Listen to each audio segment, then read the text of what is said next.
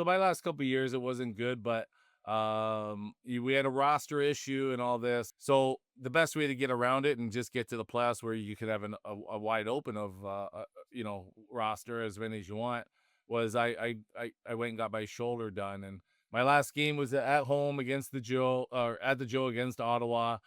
Um and Yeah, I scored on in the first period on a Oh, backhand that sizzling backhand. it wouldn't even have broken a pane of glass. It wouldn't even broken an egg. That's how Couldn't shoot fast the I threw the shoulder. goalie off so badly it went in.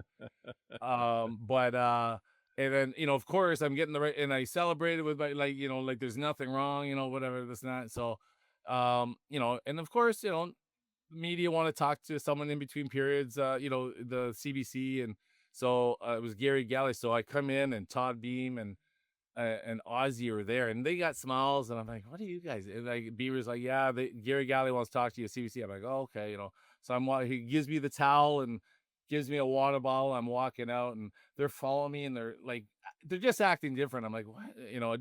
Anyway, so I get to Gary Galley, and I'm doing the interview, and sitting there, and nothing, and then we're done. And then I turn and I take a drink of my water bottle. Well, I spit it out.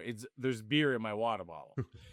And they And were who did praying. that? Who did They were that? probably praying so badly that I would Uh, take a drink of it on TV. We were in the on coach. TV live. Yeah, we were in the dressing room watching the interview on TV with the water bottle that we knew had beer in it, hoping that he'd like, as a mid question, I'll just take a drink of it while he was on there.